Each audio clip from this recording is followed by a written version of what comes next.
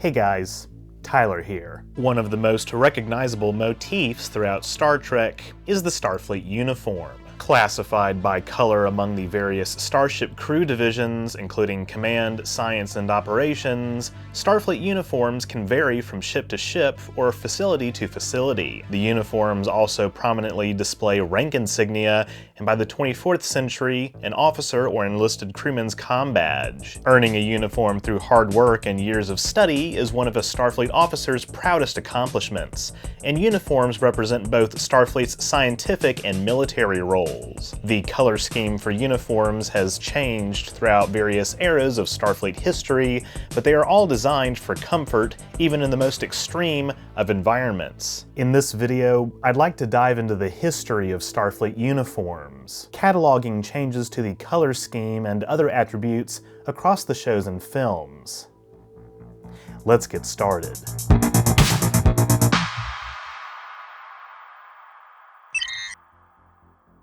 Cadets, this is a Starfleet Academy informative video. Before we get into the history of cosmetic changes to Starfleet uniforms, it's important to delve into the details of rank, insignia, divisions, and more. Now, it should be common knowledge that Starfleet's ranks are based on those of the United States Navy. You know, the United States of America, that country that used to exist on the North American continent. These ranks are Ensign, Lieutenant Junior Grade, Lieutenant, Lieutenant Commander, Commander, Captain, Rear Admiral, lower half, Rear Admiral, Vice Admiral, Admiral, and Fleet Admiral. It's a lot of admirals. Throughout the years, rank insignia on Starfleet uniforms have taken the form of gold or silver pips of varying shapes, colored stripes on the sleeves, just like the US Navy, or uniquely shaped pins. But besides insignia, one of the aspects of the Starfleet uniform that has changed the most over time is, you guessed it, color. While later we'll dive into how the department colors changed with each new uniform style, there have almost always been three colors, one for each major starship division: Command, Operations, and Sciences. You might wonder though, what do Command, Operations, and Sciences mean? In addition to leadership roles like admirals, captains, XOs, and adjutants, basically staff who assist commanding officers in issuing orders, Command Division officers have tactical training and can fill the role of helmsman, navigator,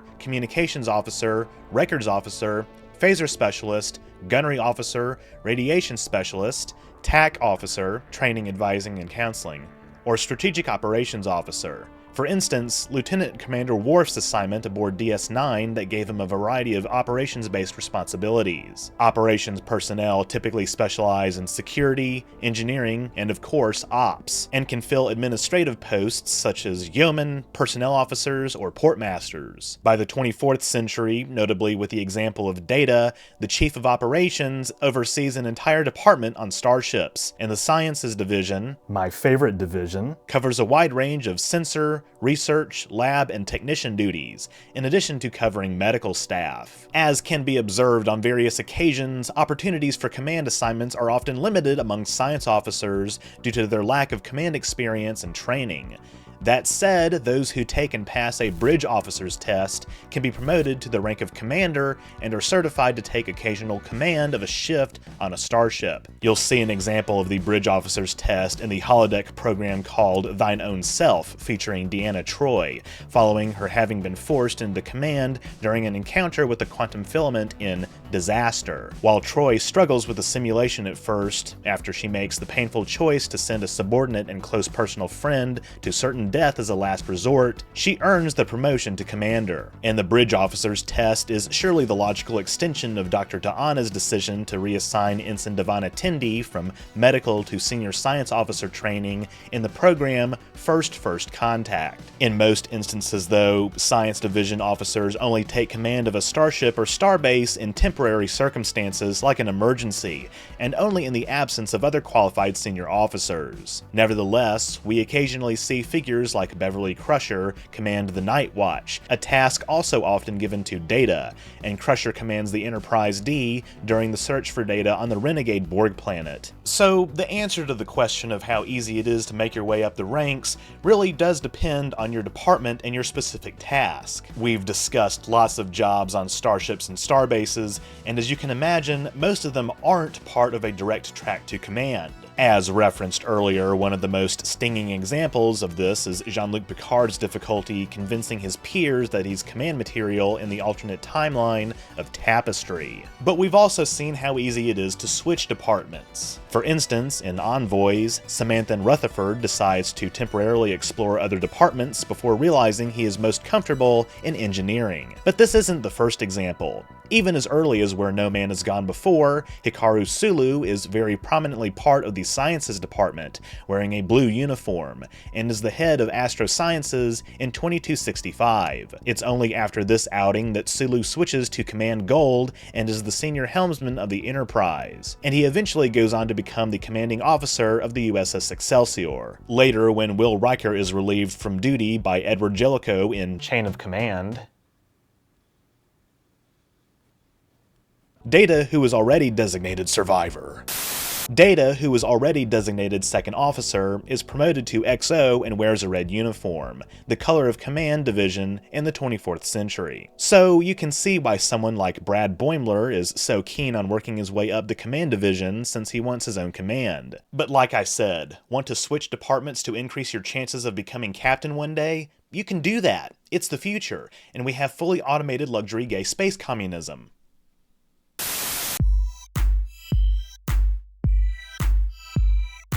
Now for a more in-depth history of uniform changes throughout the years. You might notice that I'm not wearing my red shirt. Well, joke's on you.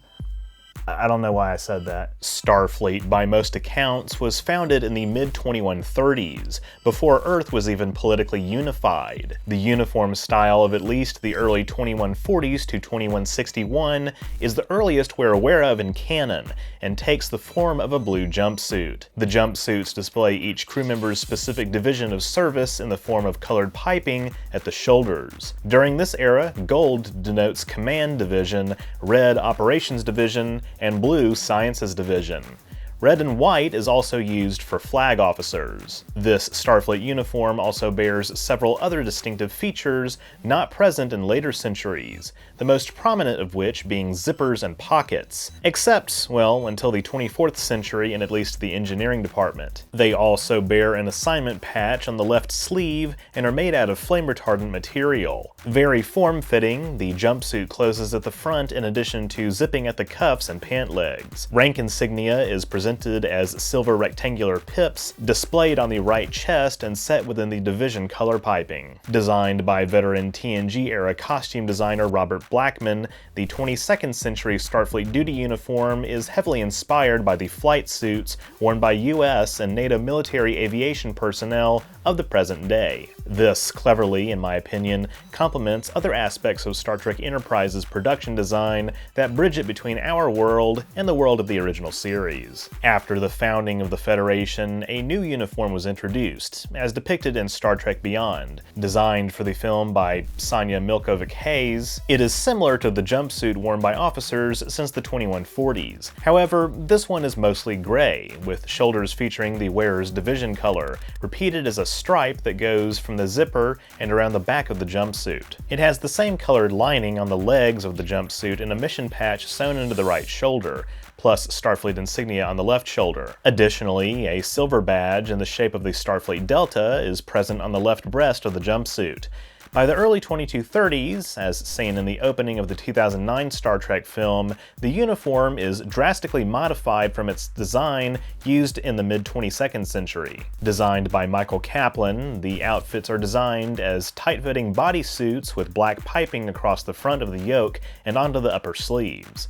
The Starfleet insignia or assignment patch is worn on the upper left breast pocket. The division colors, though, have been changed to blue for Command Division, including Tactical, a greenish gold for at least Engineering, and a pearl gray for non-medical sciences and/or security. Just as Phlox did in Enterprise, the medical staff wears white. The pants have two pockets on the front and are worn with a gold belt and buckle to which a communicator can be attached, and rank is displayed on the sleeve cuffs. Apparently, by the mid to late 2230s, a new Starfleet uniform design is introduced and becomes rather ubiquitous across Starfleet by the 2250s. Designed by Gersha Phillips, this is the uniform design seen in the first few seasons of Star Trek Discovery, and seems to be something of a hybrid between the blue jumpsuits of Enterprise and the TOS Era Uniforms. The standard duty version takes the form of a jacket and pants with raised striping that encircles the shoulders, 5 stripes for men and 4 for women, and 6 stripes down the side seam of the jacket and pants for all uniforms. The jacket features a split collar with a division-colored zipper enclosure. See, the zippers are still there, running slightly diagonally from the center of the jacket below the collar. The pants feature front thigh pockets with division-colored zippers, and the shoulders, knees, and elbows also have distinct sections of textured fabric. Female crew members can choose between a standard uniform jacket with pants or one with a miniskirt over matching high-cut shorts with black hose and boots. It's the 50s, y'all. Metallic Starfleet insignia are worn on the left breast, featuring division insignia and rank pips carved into the badge. The reverse carries the wearer's name and serial number. The uniform includes skin-high boots with division-colored trim around the soles and metallic division-colored insignia boot clamps. By at least 2253, a Type B version worn on the USS Enterprise is distinguished by jacket color, gold for command, red for operations, and blue for sciences. Rank insignia is now displayed on the cuffs by a series of stripes. This style is implemented across most starships by 2259.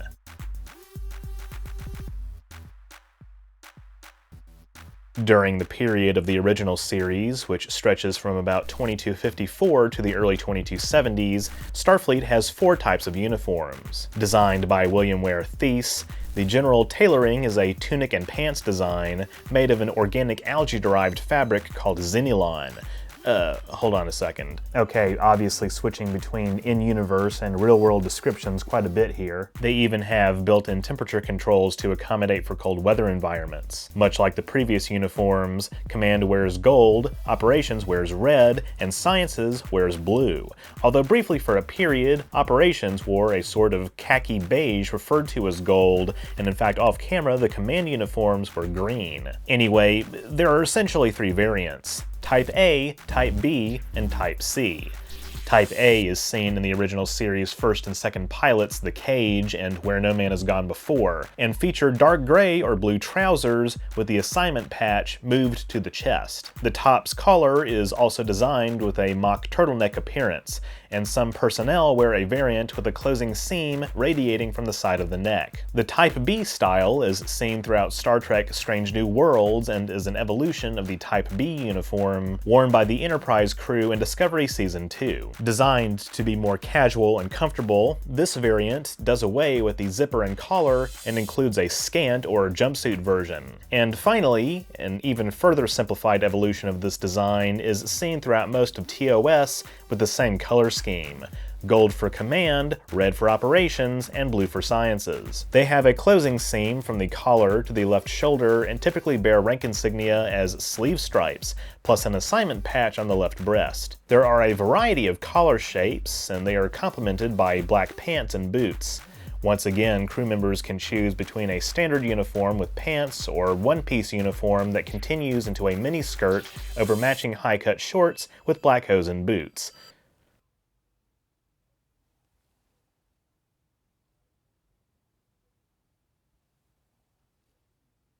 By the mid-2270s, the Starfleet uniform is completely redesigned once again with many different variations. Designed by Robert Fletcher and seen mostly in the motion picture, the uniform base is either white, a shade of gray, oh no, not shades of gray, or a shade of brown. Most involve matching trousers and tops or one-piece jumpsuits.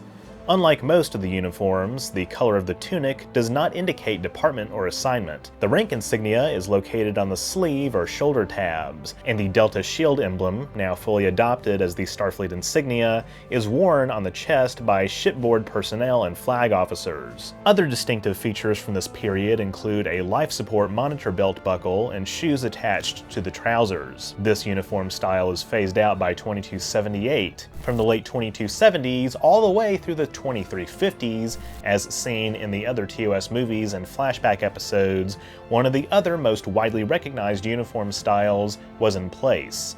A more militarized design featuring the Starfleet Delta on a brass-colored pin on the breast. New rank insignia with individual symbols for each rank are worn on the clasp and left wrist of the tunics. The red jacket is closed by a clasp at the right shoulder and a sealing mechanism that likely promotes the circulation of air. The interior of the flap is color-coded to departments: white for command division, and beige for all others. These colors are also present on the sleeve of the undershirt. The standard officer uniform consists of black pants, but a skirt option is available for female officers. Over the subsequent decades, only minor changes are made to the uniform, mostly the neck and shape of the comm badge, as well as gold striping for captains, formerly reserved for flag officers only.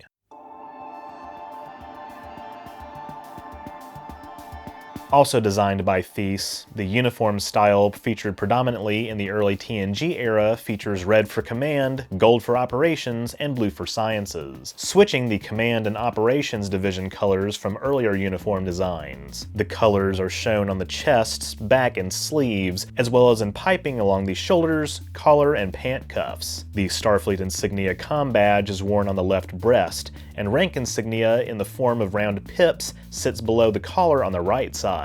It is replaced by a variant that loses the striping on the shoulders, but maintains other basic design features. The next major redesign, designed by Blackman, comes in the late 2360s with Deep Space Nine and Voyager, moving the division colors to the shoulders. The material for these Starfleet uniforms, we're talking in-universe again, apparently consists of synthetic polymers and possesses a molecular structure that indicates they are made with replicator technology. The new uniform is a loose-fitting, two-piece black jumpsuit, usually worn with an open collar over a purplish-gray mock turtleneck shirt. In 2373, the uniform is again modified, retaining the same basic shape and division colors of the previous design, but reversing the colors on the shoulders and turtleneck. This version is seen in the TNG movies, as well as the later seasons of Deep Space Nine. The 2380s see another significant redesign, with variants seen in Lower Decks, Prodigy, and Picard. Based on a rejected Blackman design for Star Trek Generations, the standard duty uniform has a double-breasted flap with division coloring and white accent between the charcoal-colored shoulder area and division-colored lower uniform. The pants also have pockets, which Sam Rutherford is surprised to learn about. Locarno was last seen at a drinking establishment in the Pickpockets district. This way. Well, joke's on them because these pants don't even have pockets. Wait, they do! A Type B variant, seen on vessels such as the USS Dauntless by 2384, has a slightly different jacket flap with no white lining or division coloring on the flap. By 2385, another variant designed by Christine Clark consists of a long-sleeved jacket, primarily black in color, with angled division-colored sleeves that do not stretch across the torso. A black stripe also runs through the division color on the shoulders. And by the late 2390s and early 2400s, the uniform returns to a style similar to the one introduced for DS9 and Voyager, except with a black undershirt.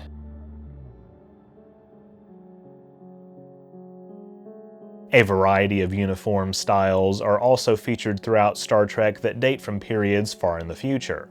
For instance, a standard duty uniform worn by mid to late 29th century officers of the Temporal Integrity Commission, consisting of quilted or patterned material with at least 3 division colors: blue, reddish-brown, and dark green. And later in the 32nd century, 2 main uniform variants appear.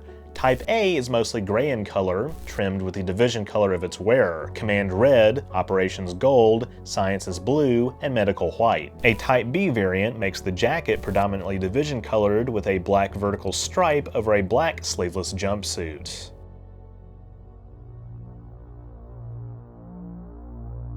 Obviously, I mainly focused on the standard duty uniforms in this video and didn't even touch on dress uniforms, cadet uniforms, or casual wear, but I still think this video is fairly comprehensive. So, next natural question: Which uniform variant is your favorite? Mine has definitely got to be the one introduced in Season 3 of The Next Generation, but like I said in a previous video, I also really like the variants seen in later seasons of DS9. And hot damn, those uniforms in Strange New Worlds are vibrant and clean as hell. A really nice modern update of the classic TOS design. And the Lower Decks uniform design is kind of growing on me too.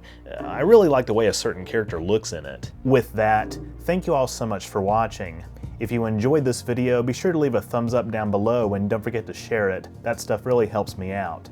If you haven't subscribed yet, be sure to do that as well so you won't miss future uploads, and click the bell icon to receive all notifications. If you want to support my work even further, you can become a patron at patreon.com/OrangeRiver, link in the description, or become a YouTube member by clicking the join button on my channel page. I just want to give a quick shout out to all of my donors who allow me to bring on outside talent like editors to help make more high quality content for you to enjoy. By becoming a patron or member, you also get access to awesome perks like behind the scenes photos and videos, patron and member only polls, name in the credits, merch discounts, and more. Or you can drop a one-time super thanks or PayPal donation. All are appreciated. Links to my PayPal as well as my social media and merch store are in the description too. That's all I have for this week. Live long and prosper.